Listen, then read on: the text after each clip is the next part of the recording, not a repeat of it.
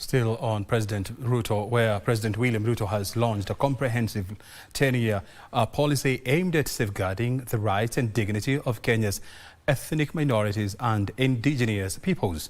Addressing over 5,000 community leaders and representatives, the head of state unveiled the national policy on ethnic minorities and indigenous and marginalized communities 2025-2035, describing it as a transformative blueprint that shifts the country from a recognition of minority rights to concrete action. Thursday at State House, Nairobi. The annual celebrations of Minorities' Rights Day is on, with all the 58 minority communities represented.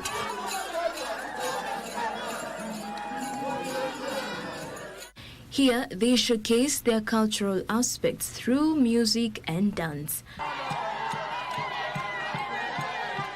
At the event, President Ruto acknowledged that while the 2010 Constitution provides for affirmative action under Article 56, the commitments have for years lacked a clear and enforceable framework. The minority communities say for a long time they have allegedly been sidelined, but this is about to change. Today, I am pleased to announce that the Cabinet has approved the National Policy on Ethnic Minorities, Indigenous and Marginalized Communities. Wapi makofi ya kumpigia rais, na tunaiona pale launch of the National Policy on Ethnic Minorities and Marginalized Communities. Asante sana Mheshimiwa Rais.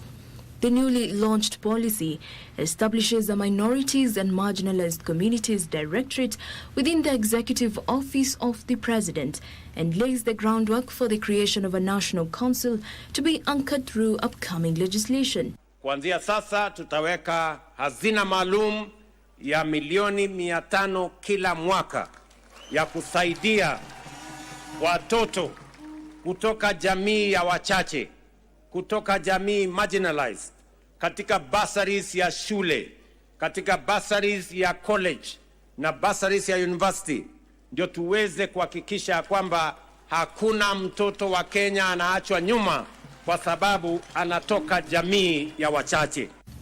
Beyond financial support, the policy introduces structural reforms in governance, land ownership, and political representation.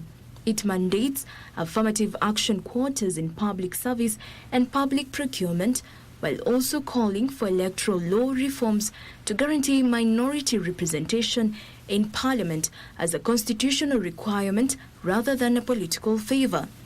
Ili kusiwe na mambo ya karata ya pata potea ama guesswork, tuwe na sera ambayo itapitishwa, tumepitisha na katika baraza la mawaziri, na mapema mwaka ujao tutapeleka bunge, ili tuwe na sessional paper ambayo inasema ni vipi wale wachache kati yetu, wale minorities kati yetu watashughulikiwa na serikali ya Kenya.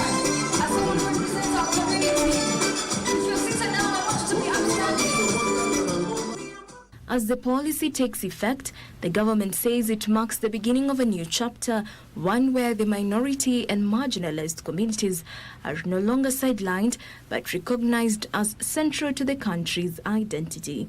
Jacqueline Masharia for Prime Edition.